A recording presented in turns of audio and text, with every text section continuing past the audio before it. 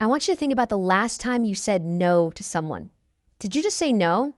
Or did you immediately follow it up with a 3-paragraph text message? You explained why you were busy. You listed your entire schedule. You apologized 3 times.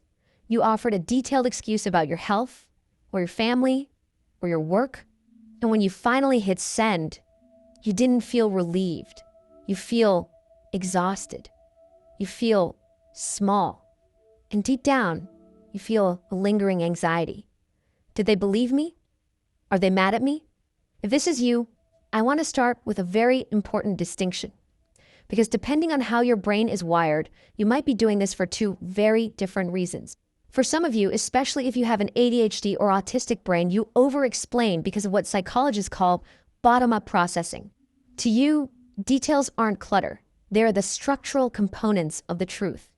You explain because you value accuracy. That is not a flaw. That is a specific cognitive style.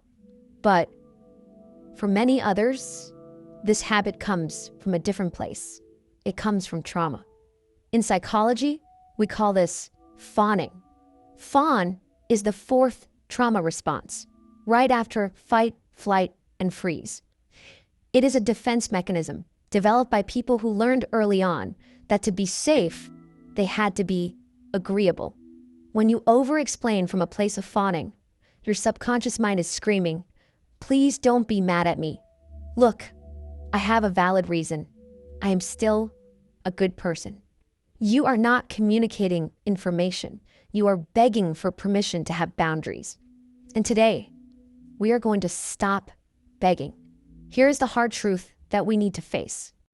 It is counterintuitive, but it is backed by social psychology. The more you explain, the less you are respected. There are 2 powerful psychological principles at play here. First is status signaling.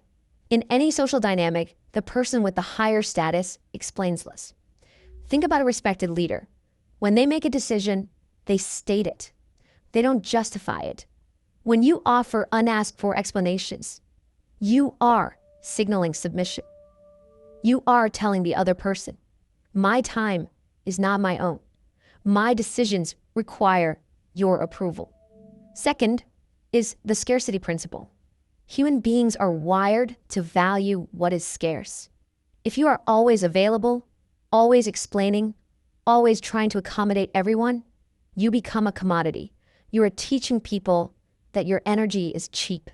There's a brilliant insight I saw recently that sums this up.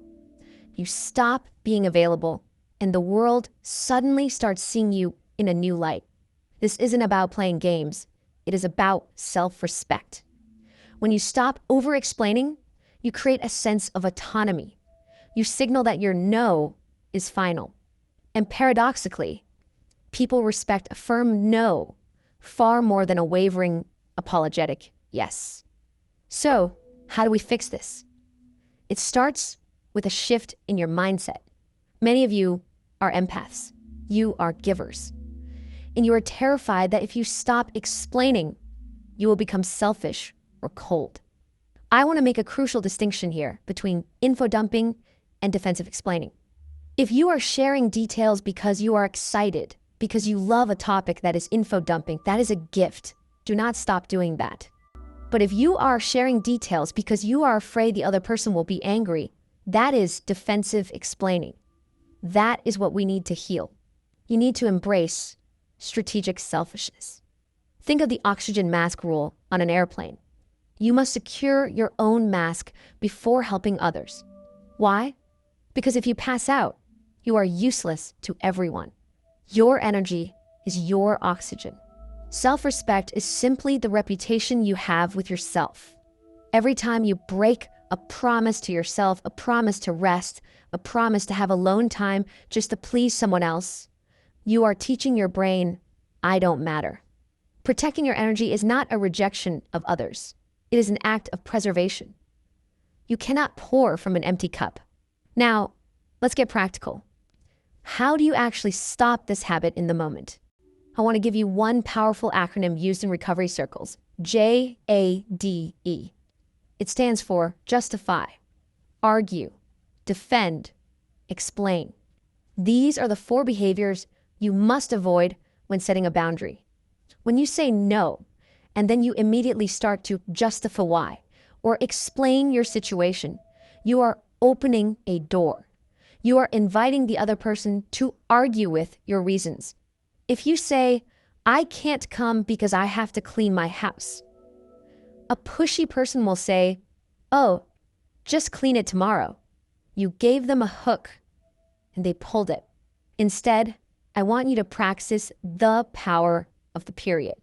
"I can't make it on Friday." Period. No, thank you. Period. No, J-A-D-E. Just a clean boundary. When you say it, you will feel an uncomfortable silence. Your anxiety will scream at you to fill that silence with an excuse. Do not do it. Sit in that silence.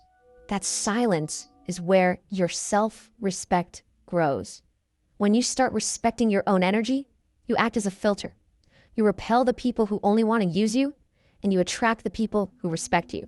Your existence is valid. Your no is enough. You do not need to justify your space on this earth. Protect your energy. It is the most expensive thing you own. And once you master the power of stopping your explanation, you are ready for the next level, the power of silence.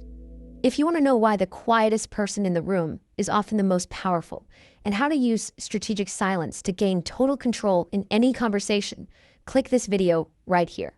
I'll teach you how to stop being the performer and start being the observer. I'll see you over there.